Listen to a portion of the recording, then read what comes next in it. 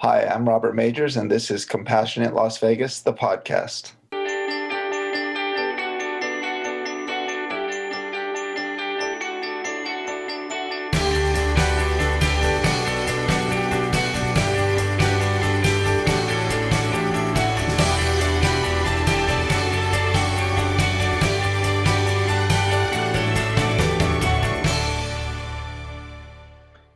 Welcome to Compassionate Las Vegas. I'm your host, Will Rucker, and joining us today is Robert Majors. He is a passionate advocate for the unhoused and working towards creating solutions that provides affordable housing to every person who wants it. So, Robert, welcome to the show. Thanks for having me. Pleasure. So I start the show the same way every time, and it's with this question. I promise it's the hardest of the interview, but it's also one of the ones that helps us to set a level. And it's simply this: how do you define compassion? I'm pretty blunt with my words. So I think compassion means with compassion, or to share compassion, or share passion, which is suffering. So like a sharing of suffering, like if somebody else is suffering, you sort of participate in that suffering with them, which will help alleviate their suffering. That's how I see compassion. Yeah, I think that that's a perfect way to define it and going to the actual meaning of the word at the heart. So exactly. And when we're talking about suffering, in these days, we have more than enough to share in, whether it is the issue we're talking about today with homelessness or simply stress and anxiety from the uncertainty of what lies ahead. All of us have a measure of suffering. And when we recognize that we can suffer together and alleviate that, we really see a brighter future. So thank you for that definition. You're welcome. Now I want to dive into this. Homelessness has been on the news around Las Vegas for a number of reasons, really since the start of COVID, whether it was the encampment that was demolished, or when they had to have the homeless on the concrete in the parking lot, or just some content around ordinances that had been passed. So we've kind of made national headlines around this for a while. I just want to open up with you sharing your perspective on the situation here on the ground and how you see it. So I think a lot of Las Vegas and a lot of grassroots community started organizations and efforts have done a really good job trying to be compassionate with the homeless people and go out and share. I think the community at large has been really supportive during this whole COVID epidemic, and it's been going fairly well, in my opinion, from doing this for years, 10 years now. The amount of community that's shown support since COVID started has been great. The response from the government, City of Las Vegas, City of North Las Vegas, that has been about the same that they've been giving. It's just been escalated and more emphasized because of the pandemic. And it's sort of making them rethink how they handle their business. And unfortunately, their rethinking hasn't been the best or most productive way of handling the situation. So I think that it showed a lot of our room to improve, and hopefully the communication with the City of Las Vegas and the whole valley here will open up, and we can start coming up with better solutions like they've been doing in Oregon and Washington and LA. Now they have a small LA Mission community. So hopefully the communication starts growing, so that community that's so passionate and has a good heart will have a voice with the officials and the government who's making the rules and has the money to help. Yeah, and that's certainly one of our goals here at Compassionate Las Vegas, is to help these conversations take place and to make space for everyone's perspective to be validated and heard and seen and even felt. So, if you don't mind, would you just kind of take us back to 10 years ago when you began working in this area and just give us a high level overview of what exactly you've been working towards? Well, when I first started, it was for school, and I was just doing some community service work. And I went out to serve at a soup line, which I still volunteer with today, the Las Vegas Catholic Worker. And I started serving out there. They served about 150 people, and it was a really simple process. I fit in really smoothly. They gave me a job. There was no paperwork. There was no like, even to volunteer, it was really easy. So it gave me a perspective of like, okay, I can help people and I don't have to jump through hoops to do this. I could just come, show up, and do what I got to do and continue with my day. And eventually that made my day. It was early in the morning, and it became really the highlight of my day. So eventually moving forward, I started pursuing the path of trying to help a little more, trying to think a little bit more about community and do things on my own. I started doing my own fundraising projects, doing different events, talking about issues to the community. I tried to do as much as I could to sort of get involved into that world. Eventually, it formed I formed like a more solid structure for what I wanted my life to be about, and I decided that I wanted to continue like my pursuit for architecture and design and get an engineering degree. So I went for engineering, and this, my involvement in community has like put me into different positions, building with my hands and learning skills.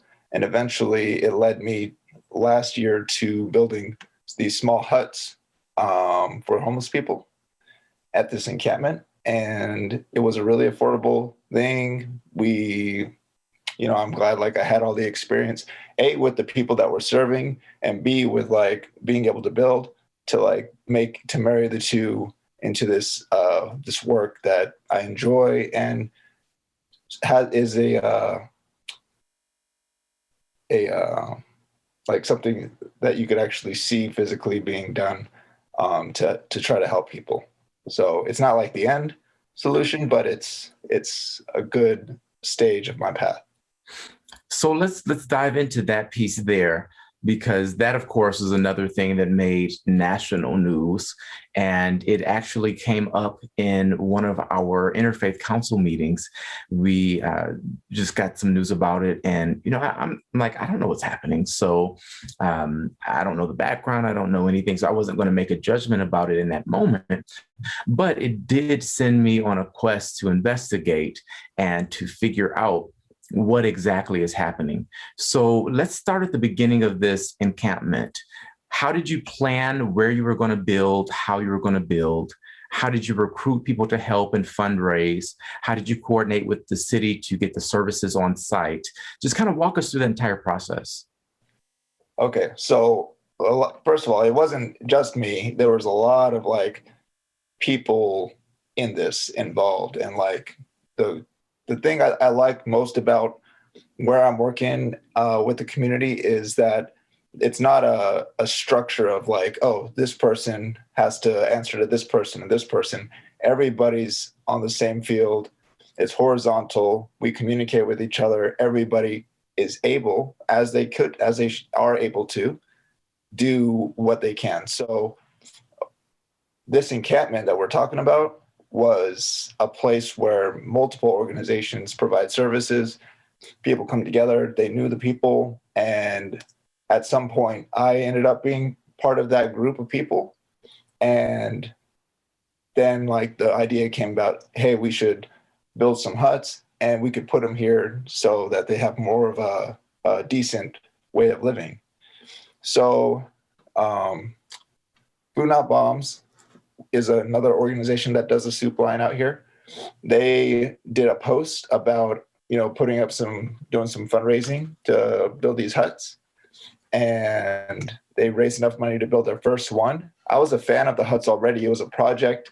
The huts, if you haven't seen them, are like just like a little tarp over a metal mesh with two walls. It has a front door that you can lock and a back window, and there's enough room in there for like a queen size bed, and of course some like walking space.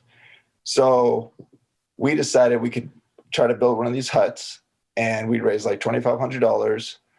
And I got with the guy to build them. He was like, I know some people that are living on this lot, like in this encampment. And that's the first thing you want to know. Like, you kind of want to have a relationship with people and say, hey, we want to build this. Is this something you want? So first we had to see who was interested. And of course, people are interested in getting a safer place to stay. So we started building. And at first we were just building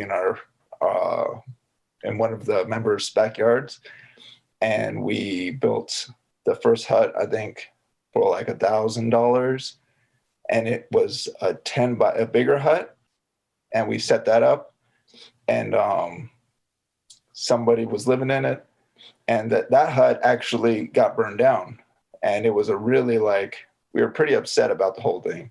Because before we move past that, so the first one you built in someone's backyard for about $1,000. Yes. You said it's 10 by 10. That one was a 10 by 10 hut. It was a lot of work. A lot of work went into it, a lot of room, and you actually are the engineer that designed it. I designed it. The concept for the structure was, it's from the Northwest. They've been building these for the homeless people in the Northwest to live in. So already I know that it's going to be good against like harsh weather. They get snow. So we just had to protect from a little bit of like coldness. So yeah, we insulated it. We bought the parts. We designed it. I have some experience designing and constructing. So yeah, we did it all. It was actually just me and another guy named Joey. Yeah. So, I mean, that's incredible. That's initiative, that's compassion in action, wanting to solve the problem of someone not having a home, giving them a place to stay. Now, you mentioned it burned down. When that happened, well, if you don't mind, how did it burn down? But then secondly, when that happened, how did you feel? So we built it. We had somebody living in it. The person living in it, everybody knew. And, it's an encampment of 150 people. So I think that person might have like overstepped a boundary with somebody. And I think it was like an act of like lashing out at this person to like burn down their hut when they were gone. And it was like, somebody sent me a video of it. And I was, first of all, like, I know that person and I know this valuable stuff they had in there. And it was just like horrible that they lost their stuff. That was the big thing. I knew we had plans to build more. And I knew like people would be a little devastated by this, but from being like around for so long and seeing like the way the homeless people are treated, and the way the city treats the homeless, like they come out with dumpsters and just like pick up encampments and throw all their stuff away weekly. And it's a really like devastating thing to just like experience once, but they experience this weekly. So to me, I'm like, okay, we're going to keep building this. I was down about it, but I know that it's a long road to get to where we got to go. And there's going to be accidents and there's going to be, setbacks. So I was upset about it. Yeah. Yeah. But it didn't stop you. Say that again? It was our hardest hut to build too. After that, we made them a little smaller and easier to build. And we did keep going. Yeah. And so with the new design or the redesigned smaller version, what was different about it besides size? Well, it was, we reduced the cost to $600 per unit. Mm-hmm. We started getting like a process down to build them that was simpler. There were less pieces. There's only 3 pieces now. For the bigger hut, there were like 5 pieces. So there's 3 pieces. And that's really important, especially if you're going to start bringing in volunteers like we have. We get 10 volunteers a week now to build these huts. So when you're bringing in volunteers who have never cut anything before, it's good to have a set like plan that you can say, okay, this is how we're going to do this. And by the end of the day, they got the confidence of being able to go out and probably build one on their own. You know, it's really like a fun process. So did I hear you right when you said the total cost for one of the units is $600? $600.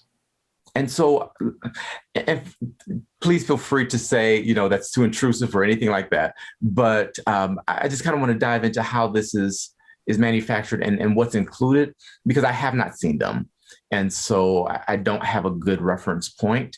Perhaps you could share a photo that I could include later in the broadcast. But with this unit that was $600, you said there's insulation. So is that against heat and cold or just cold? Heat and cold. Insulation basically slows down the transfer of heat.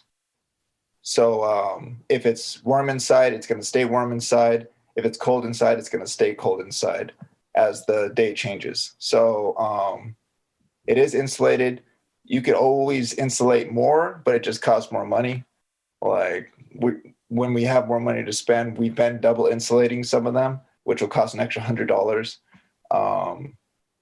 So it is insulated. The two walls are insulated. The door is a regular 2-foot door. It has a lock and key, so people can lock their stuff inside of the hut during the day, and they don't have to carry it around. They can go take care of their business and come back to it. It has a window that you can open for ventilation. The hut itself is have you ever seen a Conestoga wagon? No. It's like the old Western wagon that's covered. It's a covered wagon. Yeah. It's got that shape. It's named after that wagon because it's got that shape and it's got the front and the back, and it's just like a small living space. Dimensions are 5 by 10, and it's got like a wooden floor. A tarp covers it. They could be more attractive and cute, but for the price that we're making them, we kind of have to cut back on the aesthetics. Yeah. So for $700, you can double insulate and provide a space. You said that's 5 by 10 so an individual could get out of the elements in a sense and into some sort of shelter that has a lock and key. It gives them a little storage for their belongings, and they feel a sense of safety and security. Yes. From this perspective, it sounds completely reasonable. So what I want to get into now is how many did you build? And then how did you go about collaborating with the city to get the permitting and things done? And then what happened? Okay, so we built 26 of them up in that encampment by the time they were destroyed. The first time. We've built about 9 or 10 of them since. And those are we're strategizing different ways of putting them up. But for the ones at the encampment, we started to build them. By the time we got our 4th one up there, the city of Las Vegas, Metro, they were coming in and out with their organizations, trying to help the encampment, trying to monitor it, see what's going on. And we were talking to them when they were there. And they said, well, those are beautiful. This encampment won't be here forever, but when it's time to move this encampment, we'll let you know, and we'll have these moved to a place. And, Councilman Black was from North Las Vegas. He was looking for a property. He's got 1,000 things on his plate, and he was looking for a solution to this, like everybody is. But it's just a matter of how much are you going to look? How much are you going to prioritize this? So right. To him, he probably had 1,000 other things to do, and it wasn't a huge priority, but he did want to try to do something. He just never was able to. Joey, who's the guy from Food Not Bombs, he's really good at pressing to get a good communication. He makes the communication happen, which is great. And he would ask them for porta potties. He would ask them for the dumpster. they would come and say, we're going to clean up and raid this encampment. They wanted to raid the city of Las Vegas and North Las Vegas, wanted to raid that encampment like 3 or 4 times. And we showed up with protests and signs saying, don't raid this encampment. At the time, it was a guideline from the CDC, the Center for Disease Control, to not raid any encampments. So before we get to the raid piece, you were able to create 26 of these. Now, you mentioned that there are about 150 individuals at this site. So less than a third, or really, I'm not great at mental math, so we'll just say less than a third had a place to go. How was the culture within that site? Were people accepting that some were able to have a hut and others were still outside, or did they go, one night in and then they rotate? How was that part? So that encampment was around for a long time, and the homeless community has been around for a long time. So there's a lot of people who live on the streets. We started building in July, and it was raided in December. So in that period of time, there was a lot of people coming in and coming out, and we basically just made a list of people. After our first one, people would come by and say, hey, I want to get one of those. So we put their name on the list. Whoever came up and said they wanted one, we put their name on the list. We had a list of like 50 people ready, and they knew they were on the list. So we, of course, built for the first people and just did it in order. We didn't really have like this person is this qualification or this person needs this. We like this person better. It wasn't any of that. It was just simple, put your name on the list, you get it. And that worked. Some people didn't get along with other people, so we didn't put their huts next to each other. There's like some monitoring going on. Some people left their hut and didn't want it, so we gave it to the next person on the list. And did you provide a bed in the hut as well, or what was actually inside when you opened the door to the individual seeking it? We put a cot, because it did have room for a bed, but the cot is more like a single person, and it gives them more space if they wanted to use it for other stuff. So we put a cot and a fire extinguisher and a smoke alarm. So they had electricity as well then, or the battery operated? Battery Okay. power. Wow. So fire extinguisher, so you're thinking safety, fire alarm, so that people are aware if something sparks. Yeah. I mean, it sounds like you really put a lot of thought and a lot of heart into this process. But what I'm hearing in this is it was a slower process because you as an individual, of course you have your partners with this, but there was no large organization that could deliver 150 of these at one time. So you're kind of doing this step by step. You've got a system within the little small community that's existing already, and individuals are choosing to participate. And then also being patient as the process is going along. They know they won't have their hut as soon as they sign up, so they're still waiting and know that they're number 30 on the list, and here we are at number 26. And then the city comes in and demolishes this. What happened before that? Who did they contact? Did you know this was occurring? Just kind of fill me in on this gap, because I'm missing some pieces here. So the wash is on city property along the wash where city everybody's trespassing. And the wash goes to, the sewer and gets cleaned in the storm drain system and, goes back into Lake Mead. So technically that water is returning to Lake Mead. So now it's like a health concern of like what's going into the wash. So there's lots of reasons that the city wouldn't want homeless people camped there. So throughout, they would be posting signs that said, you're trespassing, you have 30 days to leave. They consistently did that, and nobody ever came. We would talk to them.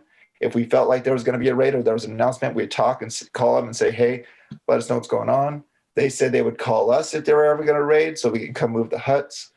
And eventually, one day, like, I guess at like 4 a.m, one of the people living in the huts gets a knock on the door and says, you have 15 minutes to leave. We're going to destroy the huts.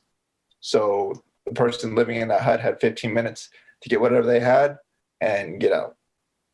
So, Robert, thank you for giving me that piece, because what I'm envisioning is just a disconnect in communication.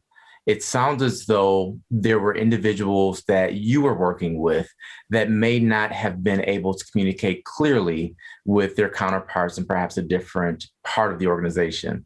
I will just tell you, in my family, we're a small family of maybe 10 individuals on a regular basis. We have communication mishaps all the time. So on this scale, I'm just scaling this up to say, it's easy for the ball to drop. It's unfortunate. I'm not making light of what occurred, but what I'm hearing in the way that you've presented this scenario is there was someone you were dealing with, and then someone else came in and did something different than kind of what was the standing agreement. But what also concerns me is that there were notices posted giving you a 30-day window, and there was nothing more official that followed. So when you got those notices, and I understand you talked to the city or your contacts, and they said, well, we'll actually let you know when we're going to enforce it. When that happened, did you take any steps to find a new location or to begin the process of moving? Because I mean, moving a 5x10 structure is not easy. You can't just, put it. I have a little Prius, so you can't just stick it in the trunk, So it's gotta have some planning behind that. What did you do in that moment to ensure the sustainability of your work? So,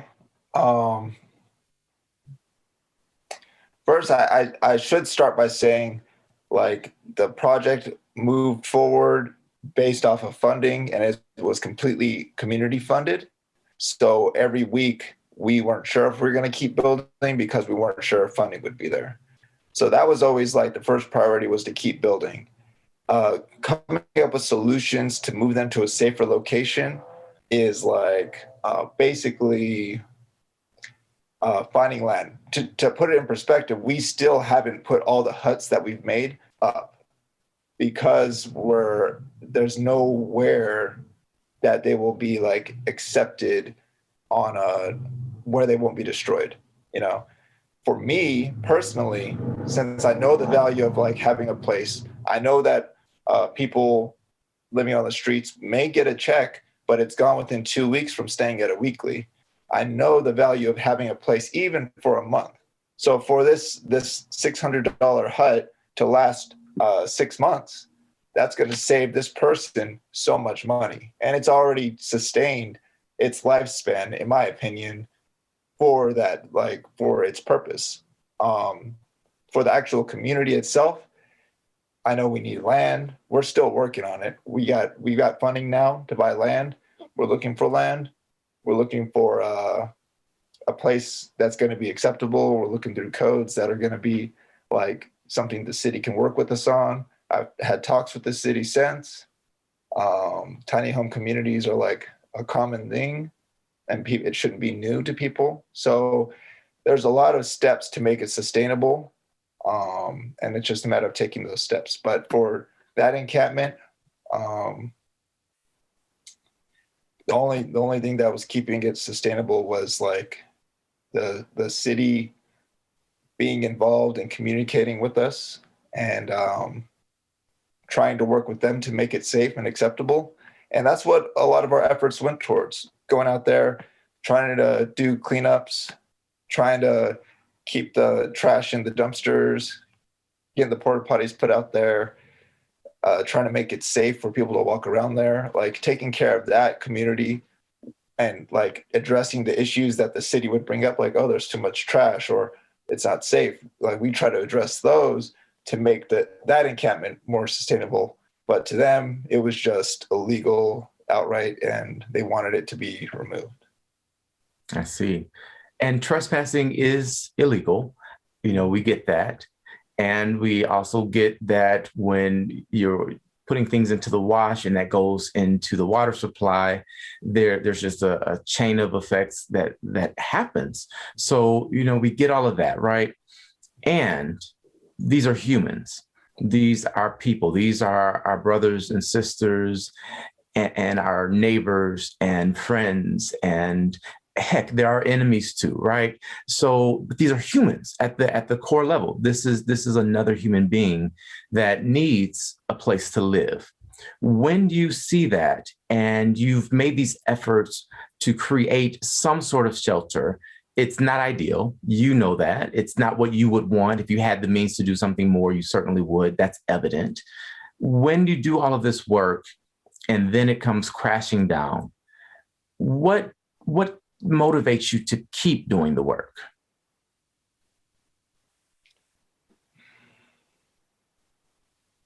Well, knowing that I can is the biggest motivator. I know that the things that I do are are inspirational to other people, and I know that my small actions, if seen by many, will become like much more. So I'm motivated to just like be a good example of what to do right.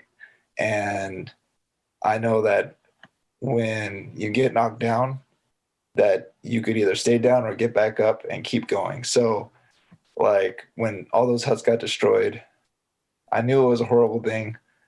I could be optimistic about it, I could be pessimistic about it, but ultimately like my decision to keep trying is going to A, motivate the people I'm trying to help, and B, motivate other people to help.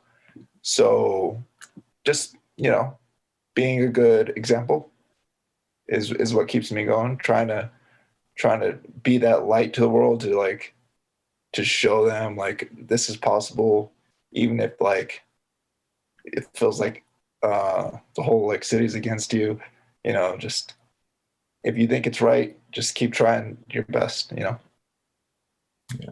that's beautiful to hear. And you are an inspiration, Robert. I'm so grateful to have been connected to you and to have this conversation, because I've had several conversations around this subject and we've touched on the encampment in each conversation.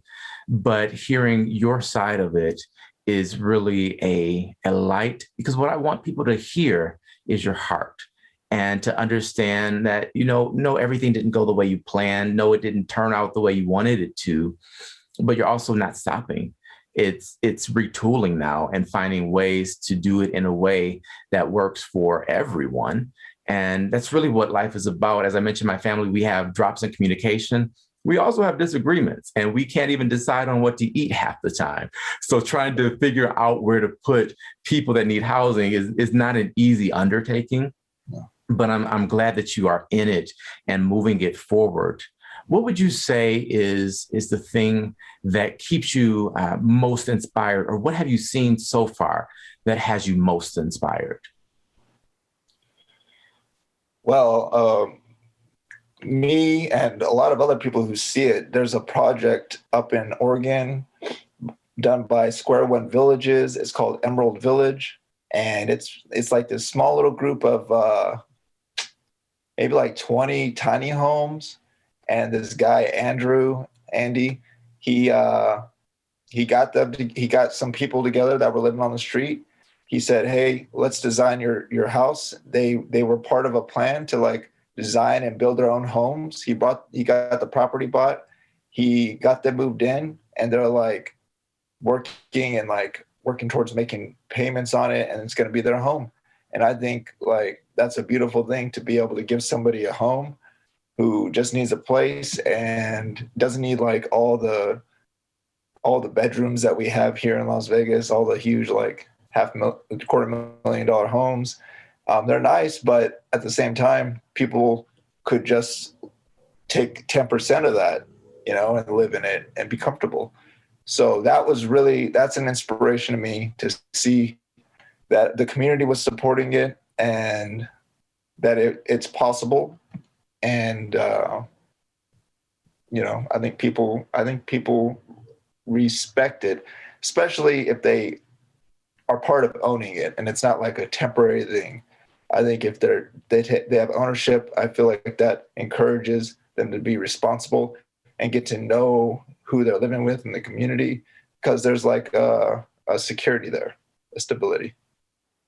Yeah, and anytime you invest something of your own into something, it gives it more meaning, whether it's your time or your creativity or financial means, whatever it may be. When you contribute, it just gives it something special, and it's almost like having a kid in a way. It's part of you. So Yeah. yeah, that is inspiring. There's also community in Austin that I've been looking at, and they're doing a wonderful job. So we're trying to model that here in Las Vegas as well. So there are solutions in front of us. And I don't think that this will be a challenge we do not overcome. I do believe we will be able to provide housing to each and every individual who wants it. So, what creative solutions can we as a community look towards in order to make housing more available in a very short time span? I think we could build housing pretty affordably. It's a matter of getting an acceptable method of doing it. And usually, what people want to avoid doing is bringing down the value of their neighborhood by creating some massive like structure that doesn't have any like income or revenue to the community. So by building like individual units around town and spreading out the housing opportunities, will make a better solution to help house people who can't afford it.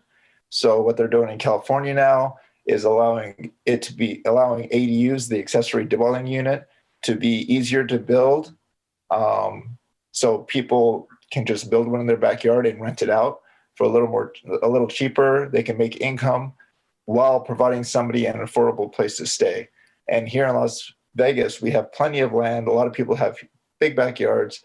They could build an accessory dwelling unit, have its own separate entrance, make a little rent from renting that place out, and provide somebody a place to stay who is in need of housing. And we can, if people have no money at all that money that's spent on, social services can go to help pay that person's rent and just get them into this unit. So, an accessory dwelling unit would be like a little tiny home on someone's property, so on their backyard or the side of their home. That's what you said ADU would be. Yes, and it has a kitchenette, it has a bathroom. You could live in there. People call them grandma's dens or casitas because, when their grandparents grow old, that's a place that they could live. Yeah, and I have a casita on my home. I built it for my mom when she retired. So, the casita thing is common here, but I am seeing some potential around expanding this because there are a lot of people that care about our community, and this is a way that they can actively engage in providing housing. While I've said, well, if you care so much, bring them into your house, but that's uncomfortable. You don't necessarily want to live with a stranger, no matter just safety, right? But if you had a little mini house in the back with, like you said, the separate entrance and powered and all of that, then that alleviates a lot of the concerns with what I've heard around the hut encampment. So that's something we should definitely explore. Is that a conversation you've been able to have with the city or any officials that can move that ball forward? The city has heard about it. I've been at meetings about affordable housing that brought it up. Um, I think it's a great idea because it's mixing. It doesn't concentrate the poverty. It sort of like mixes different people from socioeconomic places together so that they could share their resources, which is great. Um, it's probably it's more that's more of an individual thing. I think there's a lot of like need for communication between grassroots organization and the government, because the government has to consider everybody in all things. And so many grassroots organizations have the time to focus on just homelessness that they could really help bridge the gap between the community and the government getting people these services.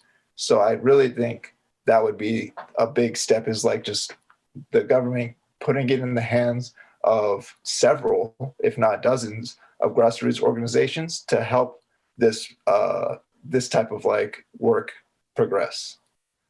Well, Robert, I think we just added one more project to your plate. Yeah, Yeah. I'm excited about it if it does. No, good. I think that's got energy behind it. And I've heard from the city that they want to have creative solutions. And the exact thing that you mentioned, as far as the concentration, is something that they're very much aware of. And what I've heard is often when we look at creating places for the unhoused to be housed, we look at the areas with the most poverty because the land is cheaper. And so your idea of creating this kind of spread out where the entire community gets to participate is, I think, a really good idea. And I'm going to put my brains around it too. Yeah, cool. With that, what other projects are you working on? Well, so I'm involved. Like I stay pretty busy. Uh, the main project, this housing project that I'm talking about with the huts, that's taken on like a whole organization called New Leaf, the New Leaf community, Las Vegas. They're just like all over the place. They've been doing fundraising. They're finding land. We're coming up with ideas. We just put our first hut on a trailer yesterday, so it's mobile, and we're just coming up with different solutions that are affordable and sort of like community funded. Another project I work with is the Las Vegas Catholic Worker. They've been serving since 1987 here in Las Vegas, and we've been serving through the quarantine, so we've changed a bit. There's a field called the Field to a lot of the services in the historic West Side, and also the people living on the streets down here on the West Side. So the city of Las Vegas just fenced that whole field off, and now we're like serving on the sidewalk and trying to figure things out like from that end. So there's a lot of pushback there.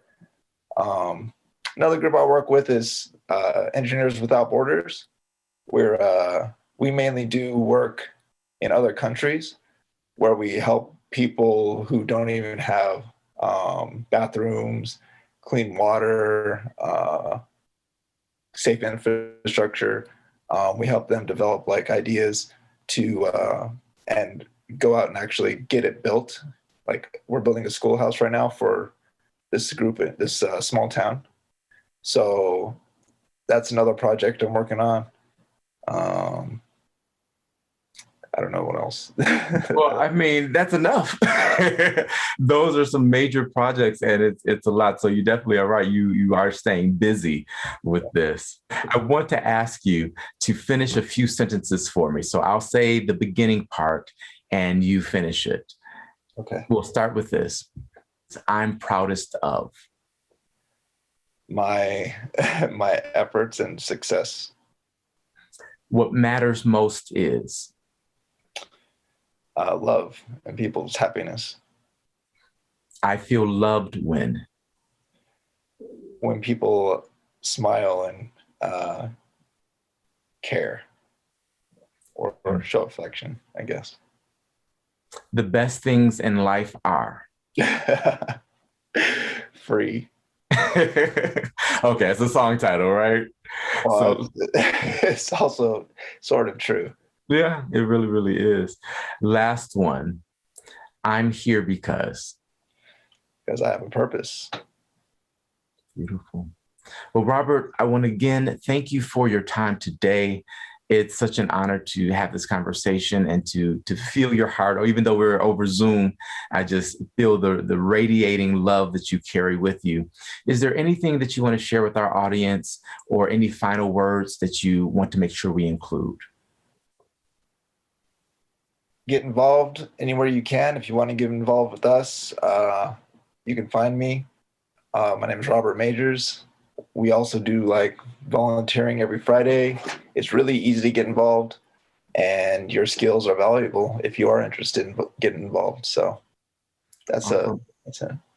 Is there an email address or a website they can visit? They can visit our Instagram.